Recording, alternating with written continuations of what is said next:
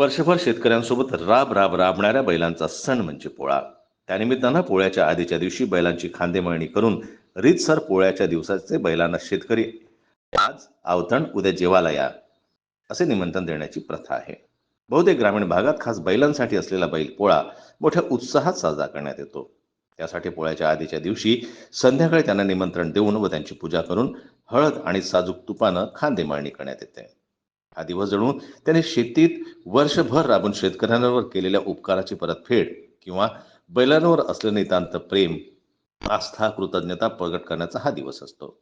चालत आलेली ही परंपरागत तितक्याच प्रेमाने आजही जोपासली जात असल्याचं ग्रामीण भागात चित्र आहे. आधीच्या दिवशी निमंत्रण दिल्याप्रमाणे पोळ्याच्या दिवशी शेतकरी बैलांची सरबराई करतात. त्यांची आंघोळ घालून शिंगांची रंगरंगोटी करण्यात येते. कपाळी बाशिंग बांधून झुली चढवल्या जातात. त्याचबरोबर गावातून वाजत गाजत मिष्टान्न बैलांना खाऊ घालायची परंपरा आहे. विशेषतः ज्वारीचा ठोंबरा याचा या दिवशी मोठा मान असतो. त्याचप्रमाणे पोळ्याच्या आधीच्या दिवशी आज खांदे मळणी करण्यात येते.